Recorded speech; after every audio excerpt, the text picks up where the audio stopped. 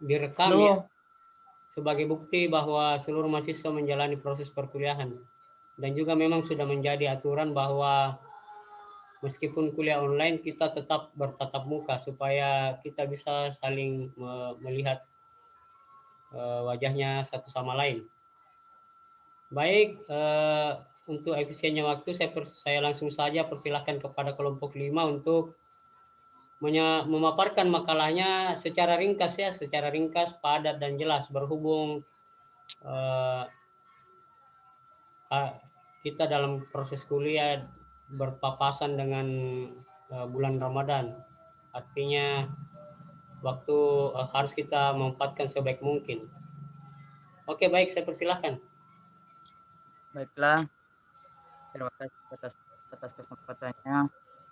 Baik, saya akan mempresentasikan makalah dari Kompo 5 ya tentang identitas teori identitas sosial dan agama sebagai identitas. Pengertian teori identitas sosial yaitu teori identitas sosial sendiri mulai dikenalkan oleh seseorang tokoh yang bernama Henry Tatchpel. Dia adalah keturunan Yahudi Polandia yang lahir di Wolawek pada 22 Juni 1919. Akan tetapi Tatchpel sama sekali tidak menganut agama yang dianut secara penuh.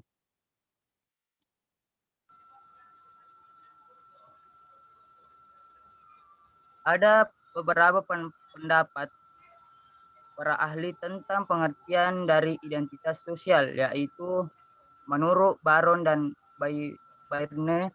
Yang pertama yaitu identitas sosial adalah definisi seseorang tentang siapa dirinya, termasuk di dalamnya atribut pribadi dan atribut yang dibaginya bersama dengan orang lain seperti gender dan ras.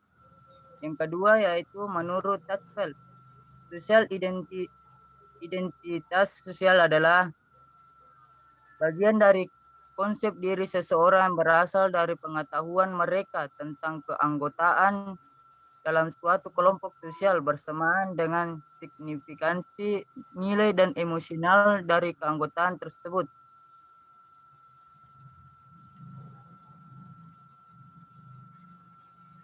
Proses terbentuknya identitas sosial yaitu identitas sosial dengan mengatakan kategorisasi sosial menghasilkan identitas sosial dan menghasilkan perbandingan sosial yang dapat saja berakibat positif atau negatif terhadap evaluasi diri. Fungsi identitas sosial yaitu pada dasarnya setiap individu selalu berlomba memiliki identitas yang positif di mata kelompok lain untuk mendapatkan pengakuan dari pihak lain sehingga nantinya mendapatkan suatu persamaan sosial. Menurut Laker, dalam keadaan di mana individu ataupun kelompok merasa identitasnya sebagai anggota suatu kelompok kurang berharga, maka akan muncul fenomena yaitu upaya mengidentifikasi pada identitas atau kelompok lain yang dipandang lebih baik.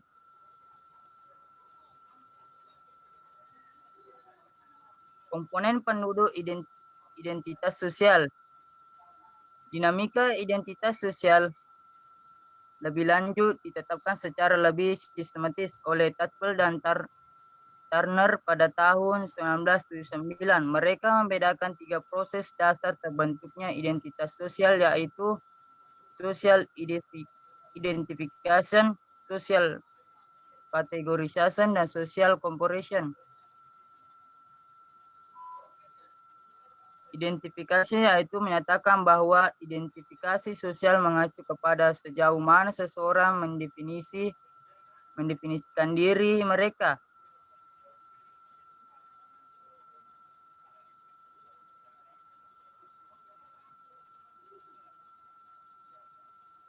Yang kedua itu categorization, menyatakan bahwa menunjukkan kecenderungan individu untuk menyusun lingkungan sosialnya dengan membentuk kelompok-kelompok atau kategori yang bermakna bagi individu. Yang ketiga itu social comparison. Ketika sebuah kelompok merasa lebih baik dibandingkan dengan kelompok lain, ini dapat menyebabkan identitas sosial yang positif. Identitas sosial dibentuk melalui perbandingan sosial.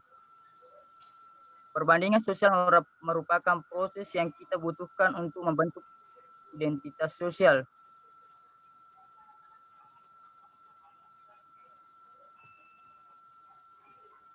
Agama sebagai realitas sosial.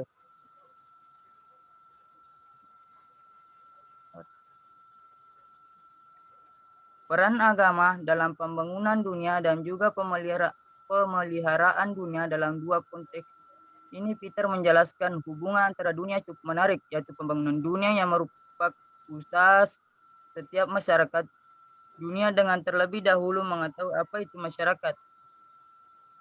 Masyarakat merupakan produk manusia karena pada dasarnya manusia yang membentuk masyarakat itu sendiri. Namun apa-apa yang telah membentuk masyarakat kolektif ternyata juga akan membentuk pribadi seseorang manusia.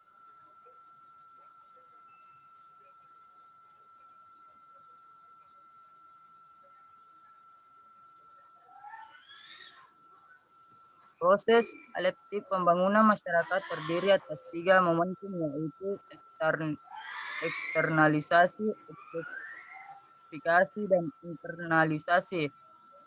Eksternalisasi adalah suatu pencurahan kedirian manusia secara terus-menerus ke dalam dunia baik dalam aktivitas fisik maupun mental. Yang kedua itu objektivitas. Dunia manusia tersebut memperoleh realitas objektif merupakan produk budaya dan material ataupun non-material. Contoh material misalnya adalah sebuah LCD merupakan dulu orang kesulitan menampilkan LCD maka akan terdapat kemudahan. Yang ketiga yaitu internalisasi. Selanjutnya ada internalisasi merupakan dalam kesadaran subjektif.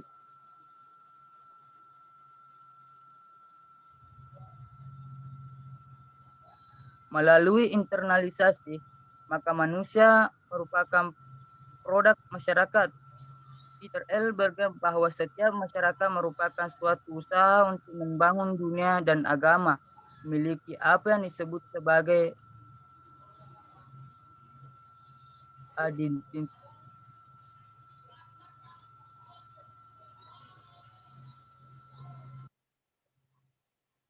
faktor-faktor yang mempengaruhi identitas sosial, yaitu pertama kategorisasi, kedua optimalisasi atau ciri khas, ketiga perlakuan pada grup, 4 identitas sosial kronis, kelima perbedaan individu. Ya mungkin itulah pemaparan materi dari kelompok 5. Jika ada yang kurang jelas bisa ditanyakan. Sekian, Assalamualaikum warahmatullahi wabarakatuh. Waalaikumsalam warahmatullahi wabarakatuh. Waalaikumsalam warahmatullahi wabarakatuh. Baik, saya ambil alih forum kembali. Terima kasih kepada kelompok 5 atas presentasi makalahnya. Saya berharap kepada kelompok 5 yang anggotanya tadi tidak sempat berbagi tugas untuk presentasi mungkin bisa fokus nanti di grup WhatsApp ya. Sudah masuk ya temannya, Suherdi? Teman kelompoknya belum masuk atau sudah? Belum ada kuliah Pak, Syarul Ramadan. Diingatkan saja untuk membantu nanti diskusi di grup WhatsApp ya. Baik, saya lanjut. Materi kita hari ini sebenarnya sangat menarik ya. Apalagi kalau kita berbicara dakwah. Karena mata kuliah kita ini adalah dakwah multikultural atau dakwah dalam kondisi masyarakat atau di tengah masyarakat yang majemuk. Nah, Di dalam kondisi masyarakat yang majemuk ini, salah satu aspek yang sangat penting dipahami, dipelajari itu adalah identitas. Identitas ya, identitas di sini bukan hanya identitas yang personal atau identitas individu, tapi identitas juga bisa bersifat kolektif, ya.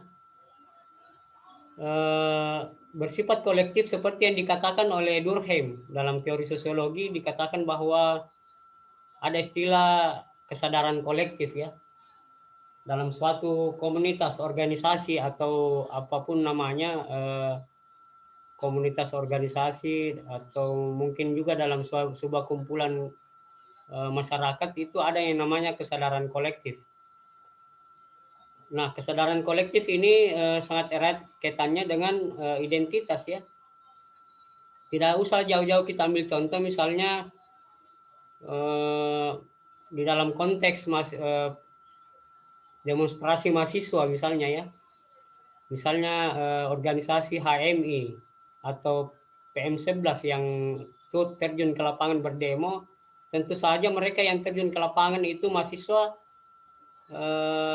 bukan semata, bukan hanya karena kesadaran dirinya bahwa ada hal-hal yang perlu diperjuangkan, ada hal-hal yang perlu disuarakan di tengah jalan. Tapi dengan terjunnya mahasiswa secara berkelompok itu berarti menunjukkan sebuah kesadaran kolektif. Mungkin saja kesadaran kolektif itu terbangun dari hasil diskusi ya. Diskusi misalnya antar mahasiswa terkait kebijakan pemerintah.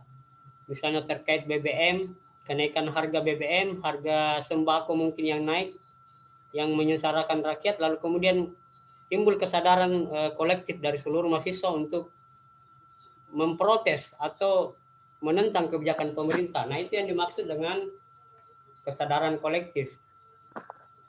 Nah, di dalam demonstrasi juga itu secara eksplisit bisa kita lihat adanya identitas ya, identitas secara simbolis.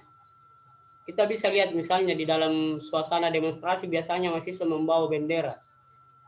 Biasanya memakai jaket badan eksekutif mahasiswa. Berbagai atribut yang bernuansa simbolis yang dalam hal ini berupaya menunjukkan identitas. Apa identitas mereka? Tentu saja masyarakat ingin tahu yang berdemo ini mahasiswa atau masyarakat biasa. Maka untuk membedakan antara mahasiswa dengan masyarakat biasa itu maka dimunculkanlah identitas itu secara simbolis ya, melalui pakaian mungkin atau melalui bendera, mungkin bendera pergerakannya atau organisasinya yang dibawa ke lapangan. Nah, itu berbagai salah satu contoh bentuk ekspresi identitas. Nah, yang lebih menarik lagi sebenarnya ini saya ingin mengajukan pertanyaan kepada kelompok 5 ya, tolong dicatat. Dan mungkin nanti beberapa mahasiswa ada yang bisa menjawab pertanyaan saya selain pemakalan. Apa pentingnya bagi para dai itu sendiri untuk mempelajari identitas sosial? Nah, itu yang perlu dijawab ya. Karena mata kuliah kita ini tentang dakwah, jadi mau tidak mau harus kita kaitkan dengan dakwah. Apa pentingnya bagi para dai mempelajari identitas sosial? Nah, itu pertanyaan besarnya ya. Nah, saya kira untuk memberikan sedikit gambaran untuk sekedar memancing diskusi kita di grup WhatsApp sebagai pemantik, saya kira perlu kita diskusikan juga realitas yang terjadi di tengah masyarakat saat ini ya. Kenapa saya munculkan pertanyaan itu ke adik-adik mahasiswa, mengapa para dai atau umat muslim secara keseluruhan, termasuk juga kita sebagai mahasiswa muslim, sangat penting atau sangat perlu mempelajari mengapa kita penting mempelajari identitas sosial. Nah, itu pertanyaannya. Dikaitkan dengan realitas masyarakat saat ini, apalagi kalau kita berbicara masalah agama, nah ini sangat sensitif, sangat kontroversial dan juga fenomenal. Tidak usah kita jauh-jauh. Baru-baru ini terjadi kasus peledakan bom di Makassar. para pihak atau seluruh pihak mengklaim bahwa itu adalah salah satu tindakan terorisme, salah satu tindakan kelompok yang diklaim sebagai kelompok radikal, ya. Saya tidak menyebut Islam, tapi saya hanya mengatakan kelompok radikal. Ya, itu yang perlu kita bahas, dikaitkan dengan kenyataan sosial saat ini, karena sebenarnya apa yang dilakukan oleh kelompok radikal tersebut, mengebom atau melakukan tindakan terorisme itu juga salah satu bagian dari ekspresi identitas. Bagaimana kemudian kelompok-kelompok radikal ini menunjukkan identitasnya kepada masyarakat luas, meskipun cara mengekspresikannya itu tidak dapat kita terima, tidak dapat ditolerir, karena membunuh manusia, ya, tidak ada rasa pri kemanusiaannya. Cara mereka menunjukkan eksistensinya di tengah masyarakat dengan cara seperti itu. Kalau kita cross check hasil penyidikan kepolisian sendiri, bahwa mereka beralasan bahwa mereka menentang pemerintah, ya. Mereka sebenarnya melakukan hal itu karena tidak setuju dengan mungkin saya tidak setuju dengan sistem yang berlaku di sistem pemerintahan yang berlaku di Indonesia, tidak setuju dengan Pancasila. Saya kira narasi-narasi seperti inilah yang sering muncul ketika kalangan atau kaum terorisme itu diwawancarai, ya. Mereka pada hakikatnya ingin menonjolkan, ingin menguatkan identitasnya, identitas keagamaannya, ingin menjalankan syariat Islam seutuhnya di negeri ini, dan bahkan menolak ideologi Pancasila. Nah, seperti itu kira-kira gambaran sederhananya, ya. Nah, di sini perlu kita sebagai mahasiswa mungkin, atau mungkin juga ada beberapa di antara mahasiswa ini yang sudah berkiprah menjadi dai, penceramah di tengah masyarakat. Saya sangat penasaran, ya, ingin meminta pandangan mahasiswa bagaimana pandangannya tentang realitas yang seperti saya sebutkan tadi. Bagaimana misalnya mahasiswa menanggapi hadirnya kelompok-kelompok LGBT. Sudah tahu, ya, komunitas lesbian, gay, biseksual, transgender. Saya kira baru-baru tidak beberapa tahun yang lalu, ya, sempat heboh di dunia maya, di media sosial. Kalangan LGBT ini berdemonstrasi juga, menuntut haknya, menuntut diakui oleh negara, bahwa kehadirannya harus diakui oleh negara. Perilakunya juga termasuk, mereka meminta perilakunya diakui, hubungan sesama jenis itu diakui. Nah, itu beberapa contoh lain, ya, terkait dengan ekspresi identitas dari kelompok-kelompok yang ada di Indonesia. Bukan hanya persoalan keagamaan saja, identitas keagamaan. Misalnya kelompok Ahmadiyah yang sempat ditentang, diklaim atau dituding sebagai aliran sesat dalam agama Islam. Saya kira banyak aliran-aliran agama yang bermunculan, ya, yang ingin menyorakan identitasnya, ingin diakui oleh masyarakat. Nah, di sini saya ingin nanti didiskusi, nanti bisa mungkin menjadi pertanyaan besar, dijawab oleh mahasiswa, didiskusikan bagaimana tanggapan adik-adik mahasiswa terkait hal tersebut. Bagaimana menyikapi hadirnya kelompok radikalisme, kelompok-kelompok yang menyorakan identitasnya seperti LGBT, kelompok LGBT atau komunitas waria juga mungkin, karena di Parepare ini juga saya lihat seringkali saya melihat masih ada, ya, yang bertebaran kalangan waria di tengah jalan, ya. Mohon maaf kalau di antara mahasiswa ini ada yang waria, mohon maaf sebelumnya. Saya tidak bermaksud untuk mencederai perasaan kalangan waria, cuman ini hanya proses pembelajaran saja, ya. Bagaimana kita menyikapi kehadiran mereka di tengah masyarakat, termasuk juga kelompok-kelompok keagamaan, karena di tengah masyarakat ini sangat banyak aliran keagamaan. Ada Halwatiyah, ada Ahmadiyah, di Goa juga ada yang namanya An-Nasir, yang lebih duluan berpuasa, lebih duluan Ramadan. yang seringkali dialamatkan sebagai kelompok yang sesat dan menyesatkan. Nah, begitu kira-kira pandangan para ulama terhadap kelompok yang lain ya. Saya kira ini saja sekedar pengantar dari mahasiswa. Perlu juga dipertegas oleh kelompok 5 nanti jenis-jenis identitas sosial, karena sebenarnya sangat beragam ya, bukan hanya agama sebagai identitas sosial, tapi ada juga seksualitas seperti yang saya sebut tadi. Masalah LGBT itu masuk dalam kategori identitas sosial yang bernuansa seksualitas. Ada juga yang bernuansa gender, relasi antara laki-laki dan perempuan. Ada juga identitas yang bernuansa budaya, dan banyak varian dari identitas sosial ini ya. Tetapi bisa mungkin lebih kita fokus ke agama saja kalau mungkin, atau tidak ada juga salahnya kita lebih memperluas pembahasan kalau misalnya mahasiswa sudah paham betul dengan apa yang dimaksud dengan identitas sosial. Karena sesungguhnya tidak cukup kita membahas identitas sosial ini secara teoritis. Saya kira apa yang disampaikan oleh kelompok 5 ini sudah cukup memuaskan kalau kita berbicara teori. Tinggal bagaimana kemudian nanti di diskusi lebih banyak mengangkat contoh-contoh yang terjadi di tengah masyarakat ya. Saya kira itu saja pertemuan hari ini terkait identitas sosial, dan saya menitip pertanyaan besar tadi tolong dijawab, siapapun yang bisa menjawab, baik pemakala atau mahasiswa, tentang apa pentingnya bagi para dai, bagi para umat, bagi seluruh umat Islam dan termasuk juga mahasiswa, apa kira-kira manfaat yang bisa diperoleh dengan mempelajari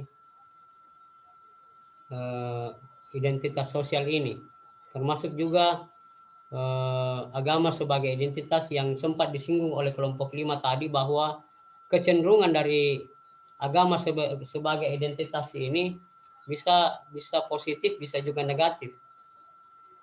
Ya, kalau berbicara negatifnya sudah tentu yang terjadi adalah prasangka sosial yang kemudian melahirkan diskriminasi, dan diskriminasi berujung kepada konflik.